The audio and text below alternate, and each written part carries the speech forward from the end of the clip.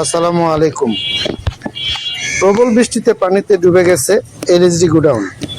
হাঁটু সমান পানি জমে থাকায় ধান ঢোকাতে পারছেন না স্থানীয় কৃষকরা, আর পানির মধ্যে কাজ করতে গিয়ে চরম ভোগান্তিতে পড়েছেন শ্রমিকরা। আজ 23শে জুলাই 2026 সকাল 11:28 টানা এই প্রবল বৃষ্টির ফলে এলএসডি গোডাউনের ভিতরে জমে যায় হাঁটু সমান পানি। পানি নিষ্কাশনের পথ বন্ধ থাকায় বৃষ্টির পানি বের হতে পারেনি, ফলে গোডাউনের ভিতরে স্বাভাবিক কার্যক্রম প্রায় অচল হয়ে পড়েছে। গোডাউনের ভিতরে দেখা যায় শ্রমিকরা পানির মধ্য দিয়েই কাজ করার চেষ্টা করছে। ধানের বস্তা বহন করতে গিয়ে তাদের পড়তে হচ্ছে নানা সমস্যায়। পানিতে ভিজে যাচ্ছে চলাচলের পথ, পিচ্ছিল হয়ে উঠেছে মেঝে, আর এতে দুর্ঘটনার আশঙ্কাও বাড়ছে। শ্রমিকদের ভাষ্য, এই অবস্থায় কাজ করা খুবই কষ্টসাধ্য। পানির মধ্যে দীর্ঘ সময় দাঁড়িয়ে থেকে ধানের বস্তা উঠা নামানো তাদের জন্য ঝুঁকিপূর্ণ হয়ে উঠেছে। কাজের গতি কমে যাওয়ায় গোডাউনের স্বাভাবিক কার্যক্রমও ব্যাহত হচ্ছে। অন্যদিকে সবচেয়ে বেশি বিপাকে পড়েছেন স্থানীয় কৃষকরা। তারা ধান নিয়ে গোডাউনে এলেও পানির কারণে ধান ভিতরে ঢুকাতে পারছেন না। অনেক কৃষক ধানের বস্তা নিয়ে গোডাউনের বাইরে অপেক্ষা করছে।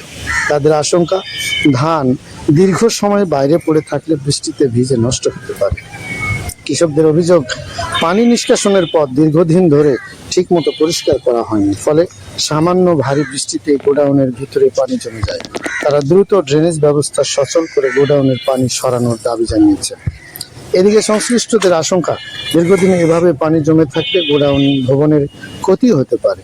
দেয়াল, মেঝে সংরক্ষণ ও ব্যবস্থার উপর এর নেতিবাচক প্রভাব পড়ার সম্ভাবনা রয়েছে। স্থানীয়রা বলেছেন, এলএসডি গোডাউনে কৃষকদের ধান সংরক্ষণের একটি গুরুত্বপূর্ণ স্থান, কিন্তু এমন অবস্থায় কৃষকরা ধান জমা নিতে না পারলে তারা আর্থিক ক্ষতির সম্মুখীন পড়বে।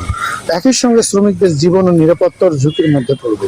তাই স্থানীয় কৃষক ও শ্রমিকদের দাবি, দ্রুত পানি নিষ্কাশনের পথ পরিষ্কার করে গোডাউনের ভেতরে পানি অপসারণ করা হোক। পাশাপাশি ভবিষ্যতে যাতে এমন পরিস্থিতি সৃষ্টি না হয় সেজন্য স্থায়ী ড্রেনেজ ব্যবস্থা উন্নয়ন করা প্রয়োজন। কর্তৃপক্ষ দ্রুত কার্যকর ব্যবস্থা নেবে, এমনটাই প্রত্যাশা স্থানীয়দের। এলএসডি গোডাউনের এই জলাবদ্ধতা শুধু একটি দিনের সমস্যা নয়, এটি দীর্ঘদিনের অব্যবস্থাপনার প্রতিফলন বলে মনে করছেন স্থানীয়রা। প্রতি বর্ষা মৌসুমে বৃষ্টির পানি জমে গোডাউনের কার্যক্রম ব্যাহত হয় বলে অভিযোগ রয়েছে, কিন্তু স্থায়ী সমাধানের উদ্যোগ না নেওয়ায় বছর ঘুরে একই দুর্ভোগের মুখোমুখি হতে হচ্ছে কৃষক ও শ্রমিকদের। গোডাউনে ধান জমা নিতে আসা কৃষকদের অনেকে দূর দূরান্ত থেকে ধান নিয়ে আসেন। তারা ট্রাক, ভ্যান বা অন্যান্য যানবাহন করে ধান নিয়ে এলেও পানির কারণে নির্ধারিত স্থানে পৌঁছতে পারছেন না।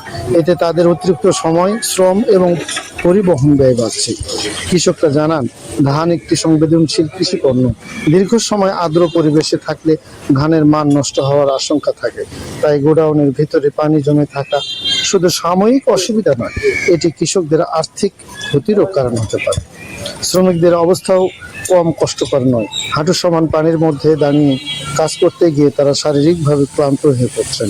অনেকে আশঙ্কা করছেন, দীর্ঘ সময় পানিতে কাজ করলে বিভিন্ন রোগবালাইয়ের ঝুঁকি বাড়তে পারে।